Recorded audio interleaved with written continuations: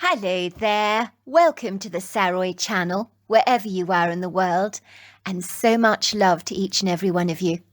Thank you also for your lovely birthday messages, I really appreciated them, and I really did have a fabulous birthday week, so thank you very much for that. Now you deserve to go and spoil yourself, so may I suggest you go and get yourself a lovely sparkling glass of wine or whatever it is that you enjoy drinking, and if it's something unusual, let me know about it. So before we get started, don't forget to subscribe to the channel, click the notification bell and the thumbs up, and let's get started with tonight's story. Dear Sarah and all your lovely listeners, Mr. Griffin Bartholomew was well along in years, approaching the winter of his life, but he still had a skip in his step, and certainly a reason for getting up in the morning. He loved the natural world and all of its magnanimous offerings, like the deers that would often frolic in his meadow in the early hours of the morning and late at night. He loved his regular visitations from a party of raccoons that he would feed often with some very healthy treats. He thoroughly enjoyed sitting on the outside patio during the day, watching a plethora of bird life visiting his pond. The changing of the seasons for him almost mirrored and reflected his very own life. He likened himself to a wizened old deciduous tree, an oak perhaps, as Mr. Bartholomew liked oaks very much. A tree, let's just say, that had thrown off its leafy bounty during the autumn months, now with barren branches stripped bare, which was reminiscent of letting go of all the things in life that no longer served him well. If there were any benefits of getting older, Griffin found that letting go was a lot easier these days. Of course, he missed his beloved wife Dawn, who had died 5 years prior. He'd always believed he'd have been the first to go in their relationship, but one thing Griffin had learnt in life is that life can be full of surprises, be exceedingly unpredictable, and nothing is ever cast in stone. Mr. Bartholomew had a few bad habits, don't we all? He enjoyed smoking cigars, the occasional glass of ice-cold beer, and he had a particular strong sweet tooth and could never say no to a rich chocolate brownie, or something equally as decadently rich and naughty. But he was a believer that spoiling oneself was a very significant part of life. Dawn, on the other hand, had been so regimental in her diet when she was alive, never smoked a cigarette a day in her life, never touched a drop of alcohol, watched her diet like a hawk, avoided sugar at all costs for well over 10 years. No one had been more surprised than Griffin himself when his wife beat him to the goalpost by dying so fortuitously, in a manner he had never envisaged or anticipated. Dawn had been so fitness-conscious all her life, consuming goji berries at the rate that squirrels actually eat acorns, not because she actually liked them, but due to their impressive antioxidant content that was guaranteed to make you live forever. "I don't understand why you have to eat so many of these dried berries," he'd said to his wife. "Isn't that a little too extreme? I mean, why do you eat them, if you don't even like them? I'm sure there are a plethora of equally good foods on the market that you might actually just like, that are still loaded with beneficial antioxidants." "Nothing to beat goji berries," his wife had insisted. "They may taste horrible, but have you seen the literature on these things? The antioxidant activity on them is through the roof." Griffin knew his wife got terribly excited about every new health fad and scientific breakthrough in natural medicine, all extracted from plants, that came on the scene, like you or I might become enthused about going away for the weekend, as anything to do with breakthrough discoveries in healthcare and science aroused her interest with a fervent zealousness that Griffin found more than a little bewildering. How could anyone get so thrilled about an extraneous bunch of bottled supplements, he would wonder, dried fruits and Chinese herbs, imported from remote locations around the world? But it would seem his wife always did. With a sense of wary resignment, Griffin had watched his wife over the years knock back a cocktail of exotic natural plant extracts, like ginseng and ginkgo biloba, as if they were Coca-Cola. Many of these avant-garde concoctions were from the Amazon rainforest, Russia, Western China, and other peregrine far-flung corners of the globe. His wife would sit there at their long oakwood kitchen table, going through the next collection of natural supplements she intended to take, that she'd ordered, She'd opened the brown paper package that had been delivered to their front door, with the same eagerness a kid might get at rifling through a Christmas stocking at Christmas. At the time, Griffin thought his wife's obsessive passion for following every bizarre healthcare trend was almost amusing, endearing even, if not completely over the top. But that was what he loved about his wife. She could be over the top, and her focus on health had become all-consuming of late. If your body's in peak condition, she'd explained to Griffin, then disease cannot strike you down. Griffin's wife was gregarious, passionate, enthusiastic and positive about everything. The kind of person who saw the cup was full, even when it was running on dry. Many people enjoyed basking in the sunshine of her enervating ebullience, although even her best friends had to draw the line somewhere, and told Dawn her preoccupation with her health was way too extreme. One of Dawn's best friends, a well-upholstered woman called Philippa, who was solid and reliable, sturdy and steadfast, like an unyielding piece of hardwood furniture, had told her in no uncertain terms that Dawn should live a little, enjoy a piece of cake from time to time, as her healthcare regime was far too regimental, too restrictive. You're allowed to have fun, she had told Griffin's wife, but Dawn refused to listen to such sagacious advice, to her detriment it would seem. Griffin shivers with horror as he reflects on the day his wife died, with a wary, grudging reluctance. It's an indelible memory he'd like to eliminate from his mind. Abandoned like a wild bird you release into the wilderness, but keeps coming back to you again and again. This was a memory that Griffin would rather not entertain.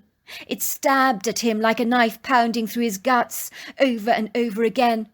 Perhaps he should have paid more attention, then things might have turned out so differently, and his wife would still be alive today.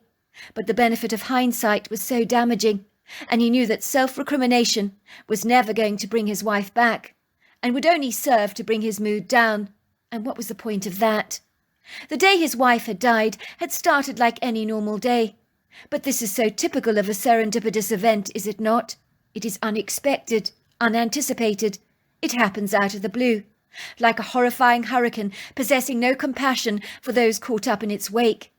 On that fateful day that is indelibly printed in his memory, Griffin recalls his wife getting out of bed, when the sun was rising over the valley, like a shy, reticent friend peering over the mountain face. Griffin had climbed out of bed, possibly half an hour earlier than usual, and pulled back the long white heavy curtains of the upstairs windows, rolling back the sliding doors, and casually strolling out onto the balcony, wearing his tartan dressing gown, tied around his middle. Griffin rested his arms casually on the black ornate wrought iron balustrades, where he looked down upon his wife from the second-floor bedroom balcony. She was in the backyard, performing her yoga rituals with a pink headband that was pulling back the fringe of her short brown pixie haircut.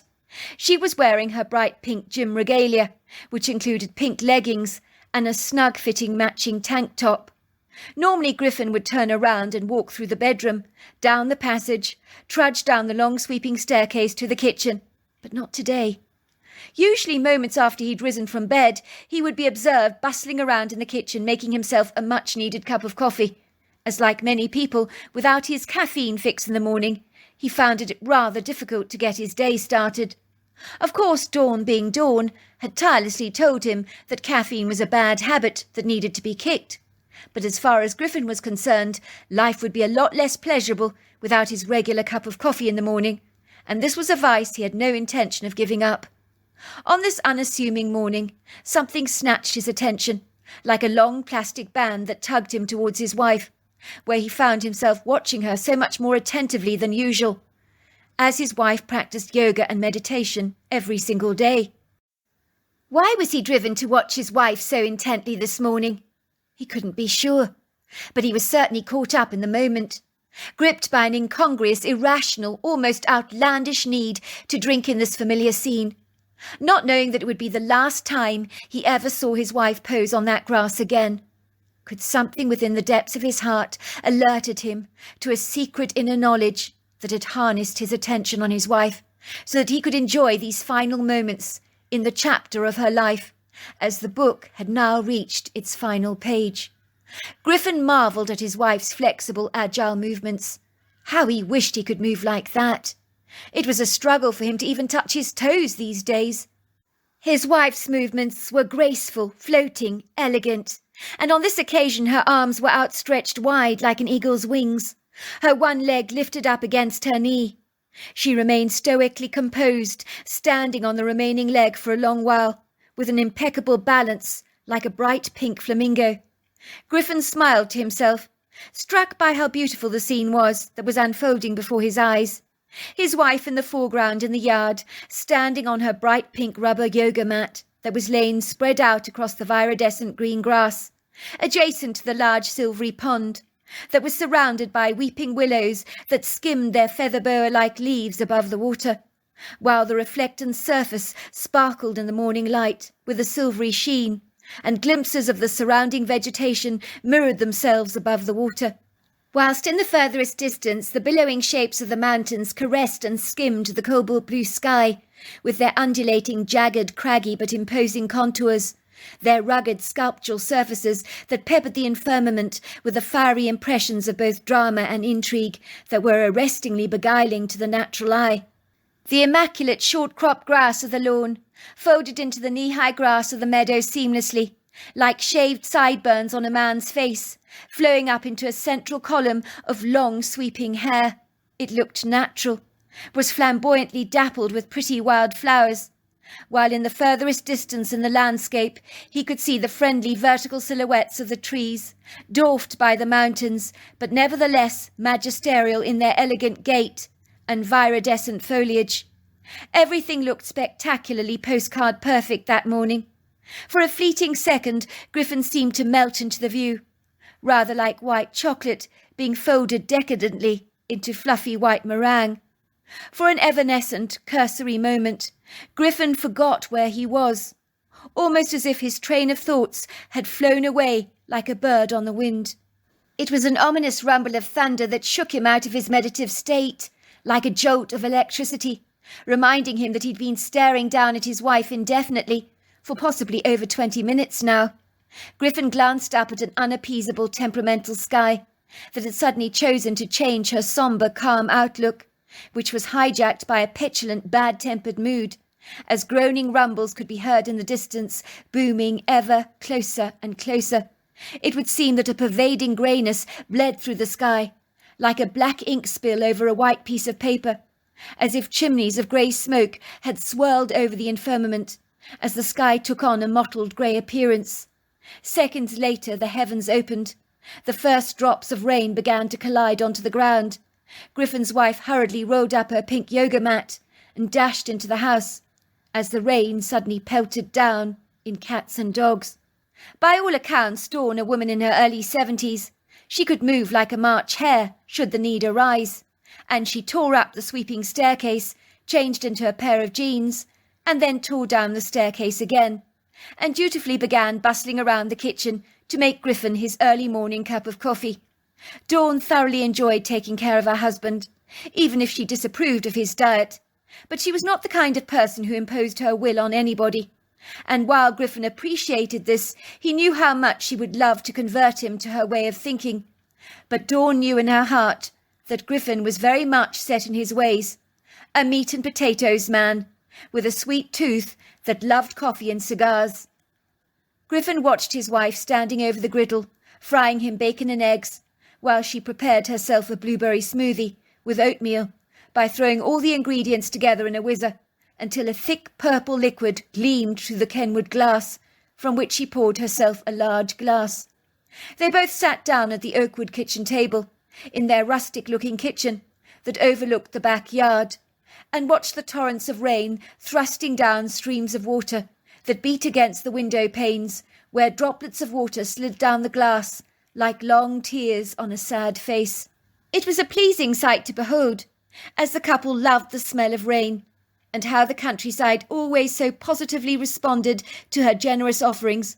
But the rumbling thunder brought with it a measure of intimidation and foreboding this morning, as some of those sounds that thundered through the sky appeared inauspiciously portentous. A while later the familiar sound of the postal van could be heard rolling down the driveway. Griffin could see the van parking in his drive, but remaining stationary for a long while, as if Don Clover, who was their regular postman, was trying to sit out the very worst of the storm. Who could blame him, as this was one hell of a rain? But 5 minutes on, the unrelentless rain shower continued to pound down. So Don quickly dashed out of his postal van and ran to the front door. And as Griffin opened the door to him, he was shocked to see how wet Don had become, from just dashing a few seconds from the van to their door. It was incongruous that anybody could be this wet. "Come in, Don," he insisted. "You look like a drowned rat. Dawn can put on a kettle for you. Maybe after you've had a cup of coffee. The rain will have calmed down a little." Don did not refuse. The idea of some hot coffee and a towel to dry off didn't seem like something he would easily turn away. He was feeling slightly chilled in his blue clothes. Besides, he knew Dawn and Griffin rather well, as over the years the couple had become good friends with him. Don had not caught up with them for a long while, and why not now, when the heavens had so conveniently opened? It would be great to have a chinwag again, and Don, being naturally social by nature, thoroughly enjoyed a good natter. His mother had always told him he ought to have been born a woman, as he loved talking so much. Griffin handed the grateful postman a towel to dry off, while Dawn busied herself around the gas hob with a kettle, preparing some coffee for Don. "Looked like it was a fine day out there this morning," says Don, "and then the weather just changed so suddenly. That's why we get paid well for what we do. The weather can be the bane of one's life as a postal worker. We have to brave it all, come rain or shine, hail or sleet. It's the nature of the job, you see. Goes with the territory, I suspect." "I bet so," says Dawn. "You don't have an enviable job, do you, Don? It's the elements that can get you down, but on a good day it must be so pleasing, so pleasurable walking in that sunshine." She puts down a mug of hot coffee for Don and sits down opposite him around the oak wood table. Dawn is sipping into her blueberry smoothie, and conscious she hasn't offered any to Don. "Would you like some of my blueberry smoothie, Don? It's packed with antioxidants. It's so good for you. I've got plenty going." "No, thank you very much, Dawn. Does look delicious. I like that purple colour, but I'm afraid it looks too healthy for me. I like my coffee at this time of the morning. It keeps me going. It gives me that buzz. But this coffee of yours, Dawn, is very good, and given you don't drink it yourself, I am impressed. You make a very good cuppa. So tell me, how have the two of you been keeping?" Don puts the post down by Dawn's side, along with a brown paper package containing the supplements she ordered more recently. "I see you're still ordering your mysterious brown paper parcels from abroad. I'm champing at the bit to try and guess what it is that you have delivered so regularly from all these exogenous locations. It's a game I play as a postal worker, you see, trying to guess what is in someone's parcel. Not that it's any of my business, of course." "You mean you don't know what's inside my wife's parcels? You do surprise me," laughs Griffin, who's taken a seat next to Dawn, sitting directly opposite Don. "She's been ordering exotic supplements from strange parts of the world to enhance her health." Don's brow furrows. "You mean you're ordering supplements across the globe?" he asks, looking perturbed. "Is that a good idea, Dawn? I don't mean to interfere, but are you sure you know what you're getting?" "That's right," says Dawn, tearing open the brown paper package excitedly to pull out the bottles of supplements that she'd purchased, delivered to her from Western China. "These kind of things," she says, handing Don a couple of bottles to examine. "They're from Western China. Exotic ingredients." "Look, it's not my business," says Don. "Pardon me for saying so," he says, examining the bottle with a wary expression on his face. He shakes the bottle. "What you order here, how can you be sure what you're getting delivered is actually the real deal? You hear about these worldwide cons. You could be spending a fortune on placebos for all you know, and not even know it. Or worse still, a toxic substance or inferior grade product that could be more detrimental to your health than beneficial. Let's just say I've heard stories that could make your hair curl." "Oh, I think the place I'm ordering from is legitimate," says Dawn emphatically. "I checked the details. They appear to be pretty legit. They seem to be a genuine company." Postman Don looks less convinced. "I don't understand why you need all these supplements, Dawn." I mean, our bodies had to function efficiently long before the supplement industry ever leapt on the scene. And if you ask me, much of it is about making big bucks. It's agenda-driven, let's not kid. These supplement companies are worth billions, and they're not really interested in your health. It's all about your money. At this, Dawn looked a little ruffled, as if she wasn't happy about where the conversation was leading, as she felt it was nobody's business what supplements she chose to take. It was her body, after all, and the last thing she wanted was to be judged for her decisions. Don, on sensing Dawn's discomfort, changes the subject with a gentle tact, although what he says sharpens the attention of both Dawn and Griffin at once, and throws all the thoughts of natural medicine to the wayside. "You don't know this," he said, "but I think there might be a Bigfoot living on your land. I've caught sight of her twice when I've delivered post to your place. On one occasion, as I was rolling down your drive in my van, I saw this big black silhouette stooped over on your driveway, looking for something among the pebbles. I stopped my van at once. I knew that this thing, whatever it was, well, it was no bear, that was for sure. I remember sitting there and only 2 words came into my head. What the heck? What the heck is that? I remained parked in my car, and that was when the creature stood up tall and proud. That was when I knew what it was. There was no doubt in my mind. The humanoid silhouette was burly, powerfully built, taut with muscular definition. I'd seen the Patterson gymlan footage, of course I had. That was taken in the 60s. This was not unsimilar, although the creature's face was much more human than that, and she was very muscular, much more streamlined than the creature in the Patterson footage. Her breasts were small and pert. I would say she was about 8 foot tall, with long flowing dark hair, the colour of a black bear. She had overlong arms and a pyramid-shaped head, and looked at me through these deep-set dark eyes. They were the colour of treacle. I knew I was seeing a Bigfoot. There was no doubt. But are you sure you're not mistaken? I've never seen such an ambiguous creature on our land before. I did see the Patterson gimlet footage, of course, a while ago, but I thought that was a fabricated hoax. Don sighs. Well, if it was a hoax, then how do you explain the creature I saw? That bore a remarkable resemblance to it. There was no way that she was a human in a monkey suit. For a start, I wouldn't know a human being that was big or broad enough to pull off such a stunt for starters. They'd have to be Herculean in size, and you don't get men that size. I don't know why I'm telling you all this. In fact, I didn't mean to tell you at all. It just slipped out. Why should you believe me? But what have I got to gain from making something like this up? It would be a crazy thing for me to do, as it would only invite ridicule on your part. It's not that I don't believe you, Don. It's just so hard to believe, that's all. What did the Bigfoot do when you looked right at it? Well, let's just say she held my eyes for a moment. It was like we were locked in a gaze together. She stared at me. I got the sense that I'd surprised her, that she wasn't desperately pleased about being seen. But no, there was no animosity in her whatsoever. It was a look of, well, you've seen me now, so there's no point in my hiding from you. Was she scary? Well, as I was telling you, she was Herculean.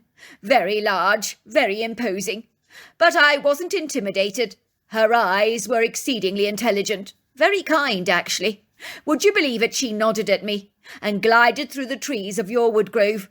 She was gone like a bullet. She was that fast. I promise you your post remained in my bag for about 20 minutes.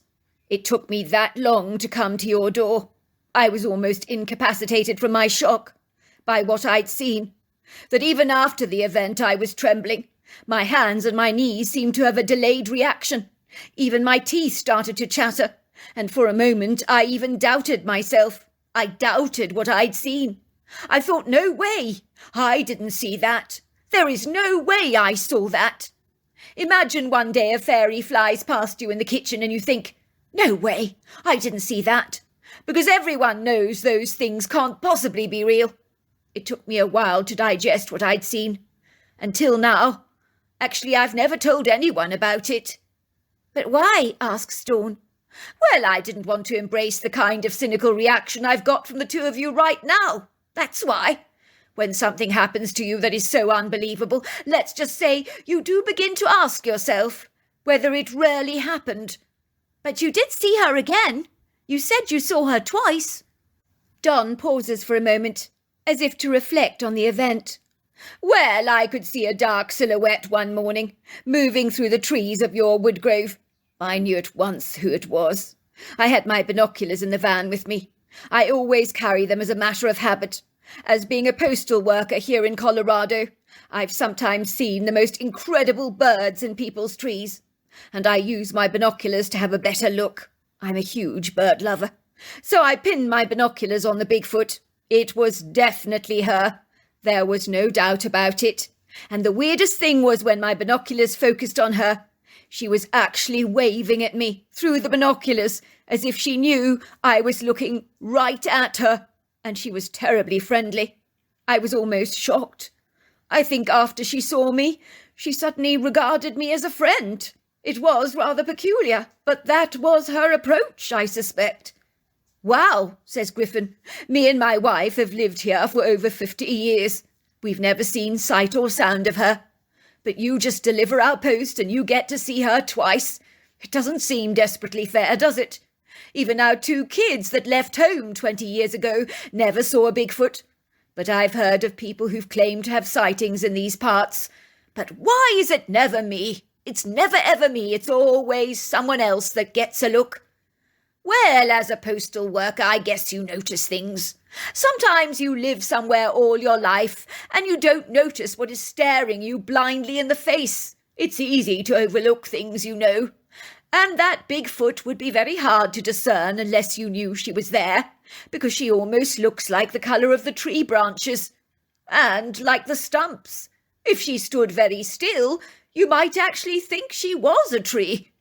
Well, I suppose what you're really saying, Don, is I need to be looking at my environment, checking things out more, inspecting the wood grove. And you're right, I don't do that enough. Griffin's wife begins to open the package that he had delivered in the post that morning, and his wife twists the bottles open, popping 2 pills into her mouth, knocking them back with the rest of her blueberry smoothie. The postman is grinning. He clearly finds Dawn's fixation over exotic plant species designed to improve her health rather amusing. What are the tablets for, Dawn? Well, this one here is supposed to help with premature aging, and this one here is a heart tonic. Don't ask me to pronounce the names because I can't read Chinese. And this one detoxifies the liver, she announces proudly, looking like the cat that had got the cream. I'm a simple man, says Don, taking another swig of his coffee. Always have been. Nothing wrong with good American grass-fed beef, if you ask me, and a serving of healthy vegetables. That's my idea of good health. You know I've never popped a pill a day in my life, and I'm not about to start now. And I'm sorry, Dawn, but you haven't sold me on any of your supplements. It's in that moment that Griffin and Don both stare at Dawn. She suddenly starts behaving strangely, moments after imbibing those tablets. Her eyes are rolling in the back of her sockets, and a hand is clasped on her face. She looks like a chipmunk as her cheeks seem to have suddenly swollen. She mumbles something strange, pointing to her mouth. Her eyes look pleading. Don and Griffin run over to her instinctively, for they sense something is terribly wrong, as within moments Dawn appears to be struggling to breathe. Her tongue has ballooned in size. It appears to be blocking her airwaves. Oh my God, says Don. We have to help her. I think she's had an allergic reaction to those pills. You know that they get those, what are those things called, those allergies to peanuts. I think she's had an allergy, an allergic reaction to the pills she's just taken. Her tongue appears to be swelling up. We have to call the emergency services at once. Time was of the essence, but it seemed to slow down. It was like every second seemed to last an hour. But by the time the emergency services had arrived in the pouring rain, it was all too late, as Dawn just slipped away and was gone. The 2 helpless men felt impotently feeble in their frantic, desperate efforts to save Dawn's life. Of course, the coroner had confirmed Griffin's worst fears, that his wife had had some kind of anaphylactic shock, which had never been anticipated. Griffin had tried everything in those last moments, but there was nothing he could have done to save his wife's life.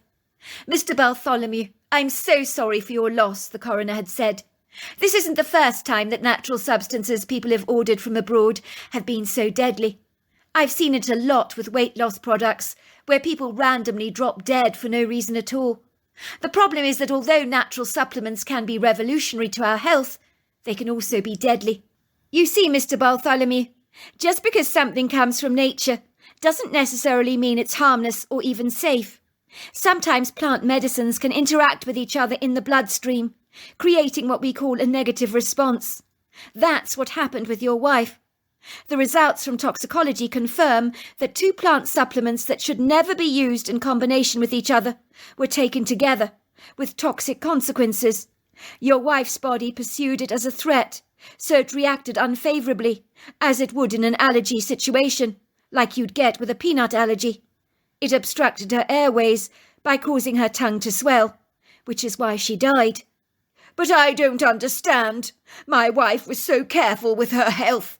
Mr. Bartholomew, if there's anything I've learnt about life, is number 1, it's far too short for the all of us.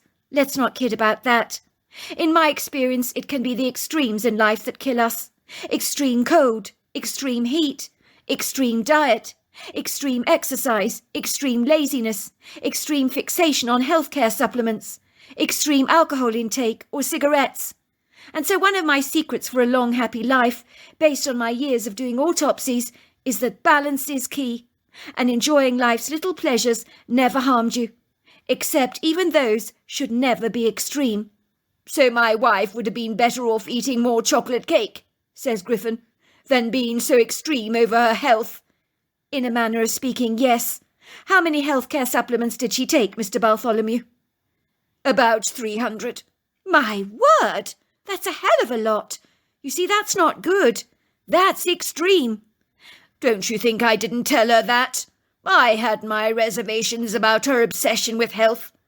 I felt it wasn't good for her to pop so many tablets, like they were going out of fashion. It was ridiculous. Let me guess, laughed the coroner. She refused to listen to you, did she? Why doesn't that surprise me? I hear that over and over again. But your impetuous wife believed she was making positive choices for her life, didn't she, Mr. Bartholomew? She wouldn't have been persuaded otherwise, no matter what you did. So don't ever blame yourself for what happened. The benefit of hindsight can be vindictively cruel, but you can't blame yourself for any of this. Your wife was responsible for her personal choices, as you are of yours. If someone drives recklessly in a car, it's not your fault if they drove incautiously and were subsequently killed, is it?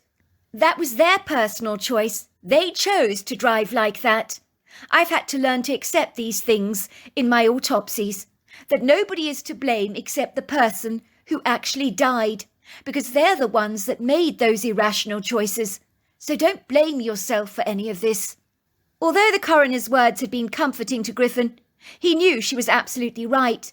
For tearing his wife away from her healthcare supplements would be like dragging a dog away from a juicy bone. The dog is not going to thank you for taking it away. Griffin and his wife had respected each other's differing opinions on alternative medicine, but despite everything, it was difficult not to feel pangs of guilt about something that could so easily have been avoided. But throughout their marriage, Dawn had never been allergic to a thing a day in her life.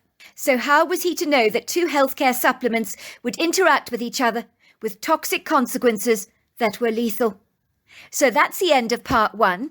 And we're going to go to part 2, and you're going to find that this Bigfoot actually does have an interaction with Griffin later on in this story. It's a fabulous story, an amazing story. It's really 2 parts to one big story. So don't forget to listen tomorrow night. Until next time, goodbye and good night.